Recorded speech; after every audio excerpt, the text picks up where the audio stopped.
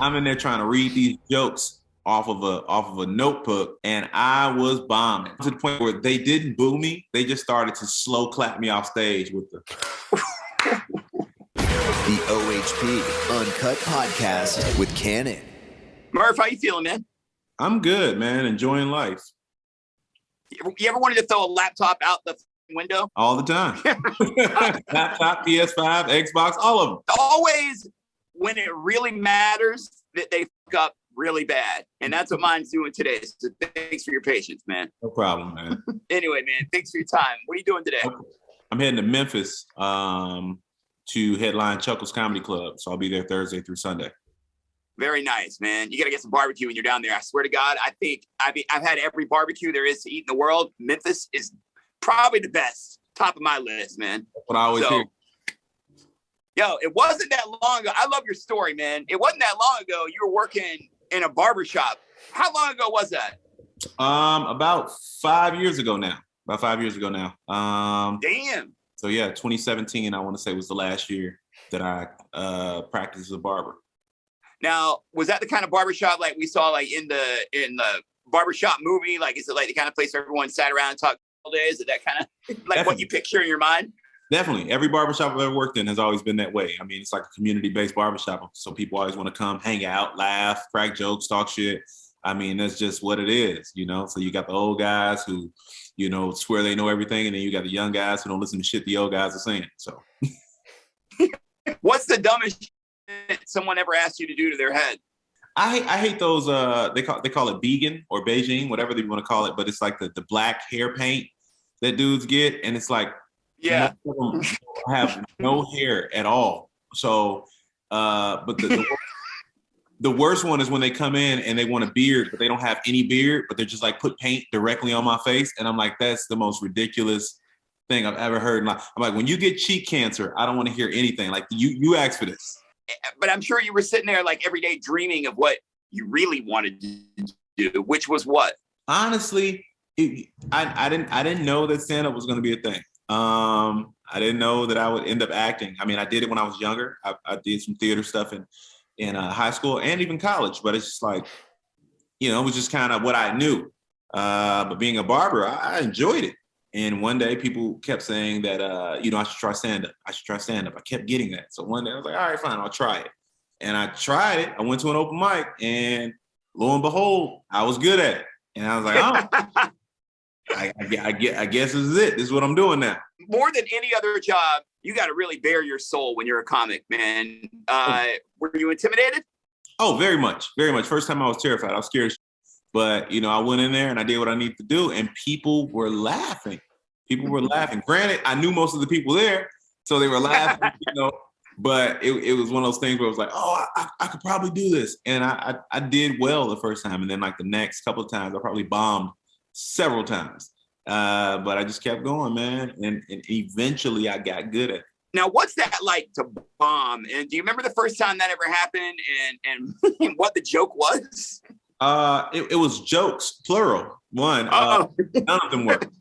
I went on stage at a step show at Southern Illinois University. That's where I used to go to college at in Carbondale. And I went on stage at a step show and I took a notepad on stage because I didn't know all my jokes. So I would write down bullet points for my jokes and I set them on a stool. And this is the homecoming step show. It sold out 1,200 people. Damn. And I'm in there trying to read these jokes off of a notebook paper or whatever the hell. And I was bombing. I was bombing to the point where they didn't boo me. They just started to slow clap me off stage with the... I was like, oh, it was so bad. It was so bad. Some dude started screaming from the top in the balcony, talking to me. So I start roasting the dude up top because I could see he has on skinny jeans. So I start destroying his jeans. Till this day, that's the loudest laughter I've ever had in any set. People start dying. I'm like, oh, I'm killing. I keep roasting, I'm killing.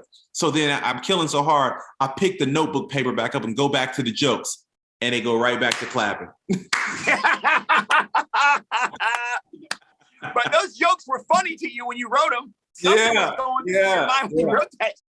I thought it was good, man. I thought I had them. And they were like, this is not it, bro. What is wrong with that person in the balcony? By the way, you don't with a comic on stage. That is rolling the dice in a major way. But they probably thought, oh, he's bombing. I'm gonna get him. Nope, that didn't work out so well.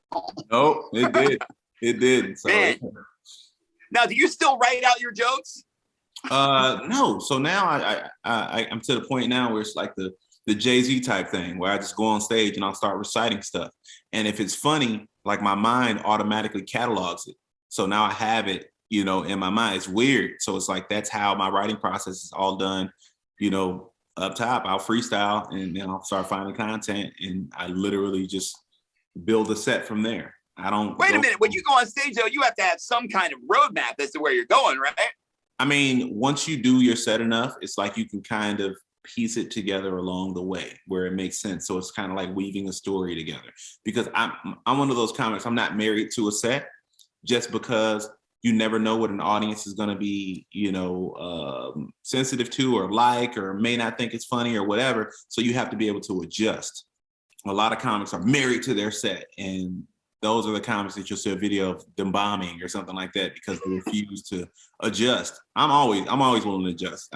I came up roasting and talking with people, so that's how we do. So is it easier for you then to write jokes and get on stage, or is it harder for you to memorize lines for acting? Way harder to memorize lines because those aren't your jokes. Those aren't your jokes. So when you have to, one, memorize the lines, two, deliver the lines in the way that the writer, you know, wanted them delivered. So sometimes, you know, it's like, okay, well, I wouldn't say this or I wouldn't talk like this. So it's difficult to deliver someone else's words. It's much easier to deliver something that's coming directly from your brain. Do you have any leeway when you're on a show like Woke or in acting in general? Like, do you have some leeway to like maybe deliver it the way you normally would? Definitely. I mean, as a comedian, a lot of times they'll, you know, the writers or the director will give us, you know, plenty of room to freestyle or come up with something else or alternate joke for a scene, which is dope. I mean, because who would hire comedians and not ask a comic to do the things they're good at? Right. If you're going to have a comic, you got to allow them to kind of spread their wings and do what got them there in the first place. So, yeah. So do you still, you like doing both equally then? Yes. I love acting because it allows more people to see me and will therefore drive more people to my shows to see me do the thing that I really love, which is comedy. So it's like I want to act more so that I can do comedy on a bigger platform. I love it, man. How did you get on Woke? How did that come together for you? So my agent at the time sent me the role of Clovis, of Keith. Wanted me to check it out, and after reading, I was like, I don't really know. You know, I'm like, I don't know if I fit this mold, this, that, and the third. And so my manager goes, hey, I think we should take a look at the best friend. And I'm like, all right. And he sent it over, and I started reading Clovis, and I was like, I love this dude. Like, I can get into Clovis. I like this dude. And so, you know, Clovis originally, the writers pictured Clovis as like this bigger individual. You know, he's going to be taller, heavier, whatever. And then I submitted my tape, and they were like, I think we may have been wrong. And you know, they checked me out. The director had a call with me, told me some things that he wanted me to adjust as far as like my tape goes. So I did that and sent them the new tape, and they called me out for a chemistry read. And I mean, I was the long shot. They already had people in mind. There was one guy, from what I heard, that was waiting on the road, like he literally was on hold. And I came out and went in the room, and me and Lamorne were talking beforehand. He was from Chicago, this, that, and the third. We started to banter. Perfect. And then as we ran the scene, he started to, you know, improv and throw little things out to see if I could keep up. And he couldn't keep up. And he was like, yo. Hell yeah. And so he told me when I left, he looked at everybody and was like, I think we found Clovis. What does it mean to you to be woke, man? I think everyone maybe has a slightly different definition of what it means to them. What does that term mean to you? For me, in all honesty, I don't even think of myself as woke. I think of myself as aware. Just because the definition and the word woke has just gotten just destroyed over Absolutely. I mean, you got one person will tell me right now that I'm not woke because I'm doing an interview for the man, corporate America. They don't, whatever. Yeah. Everybody has their own definition. My version of my definition is just being aware of my surroundings, understanding what's right and what's wrong, and also understanding what's happening as a Black man in this country. I know what's going on in my neighborhoods. A lot of people, the disconnect is there because they only see one aspect of it on the news. They're not in the community, so they don't know what's really going on. They just go off of what they see, So it's like, I have to be aware and understand that there's a lot of injustice and a lot of bullshit going on out here. And just use my platform to let people know. I just want to let everyone that thinks that he's doing an interview for corporate America, I want to make you feel better and let you know this is not that interview. This is not, this is the furthest thing from corporate America. I couldn't even get my laptop to turn on earlier. That's where we stand here. So we're just chilling. What else are you working on right now other than woke? Really my stand-up right now. So working on a couple of different projects that I'm writing and creating. Getting into the development side of the game.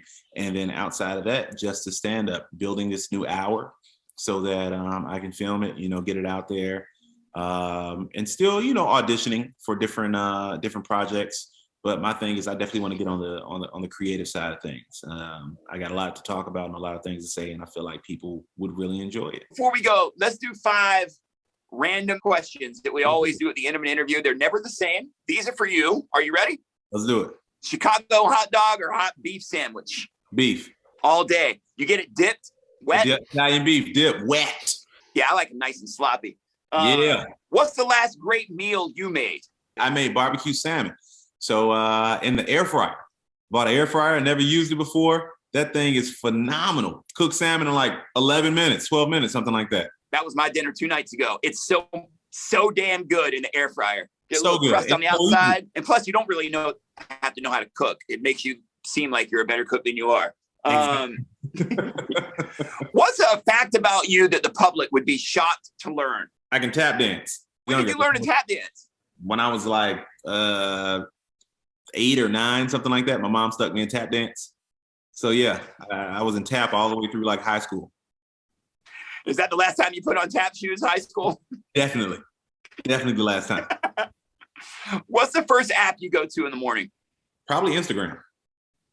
You read comments, or you're not a comment person? Some people try to avoid the comments. Sometimes I read comments. Do you reply? Oh, I'll definitely reply. I'm petty. Nice. I'm petty. If somebody says something petty, I come right back. Most times they back down. They're like, "Hey man, huge fan." Like, nah, stand up. To keep that same energy. All right. Last question. If you could spend one night with any fictional character, who would it be and why? I can't think. What's her name? From Game of Thrones. The Daenerys, Queen of the Dragons. Why would you want to spend some time with her? I'm trying to see what dragon life is like. Hey, you've been a lot of fun. Seriously, thank you for your patience and your time, man. Really appreciate it. Always, man. Thank you, bro. The OHP Uncut Podcast with Kannon.